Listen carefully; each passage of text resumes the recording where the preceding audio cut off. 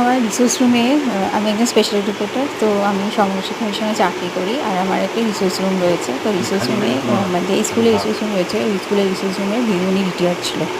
সেই রিটায়ার উপলক্ষে স্কুলে একটা খাওয়া দাওয়ার জমজমাট ব্যবস্থা করা হয়েছিল। তো যেহেতু আমি নিরামিষ খাই, সবাই জানে নিরামিষ খাই, তো আমাকে বারবার করে বলে দিয়েছিল পূজা কিন্তু বেশি করে টিফিন বক্স আনবে। তাও আমি লজ্জা করে করে বেশি টিফিন বক্স নিয়ে যাইনি। তো তার মধ্যেও তারা ডাল, বেগুনি আর পটল চিংড়ি, মাছের ঝোল, মাংস, চাটনি, মিষ্টি জোর করে আমাকে প্যাকেটে করে ধরিয়ে দিয়েছিল।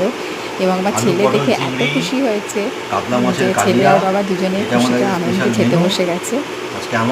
এবং রান্নাবান্নাও প্রচণ্ড ভালো হয়েছিল। আমাকে সবাই বারবার বলছিল যে সুধা খেলে না, একটুও খেলে না। কিন্তু আমি যেহেতু অনেক বছর খাই না, তো সেক্ষেত্রে খাওয়া কেন মানে অতিরিক্ত গন্ধটাও আমার জন্য খুবই মানে অসুবিধাজনক হয়ে দাঁড়িয়েছিল। যারা নিরামিষ খাও তো তারা আমার সঙ্গে ব্যাপারটা রিলেট করতে পারবে।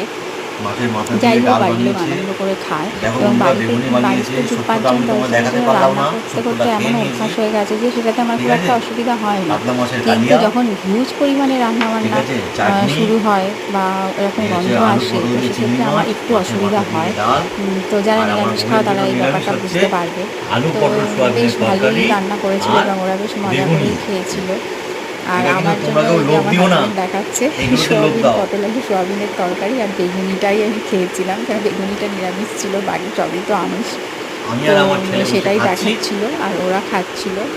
এই যে দুজনে মিলে লেবু দিয়ে, লেবুটাও ওরা কেটেছিল, তো ওরা লেবুটাও বলছিল বাচ্চার জন্য খাবার নিয়ে যাবে, নুন লেবু নিয়ে যাও।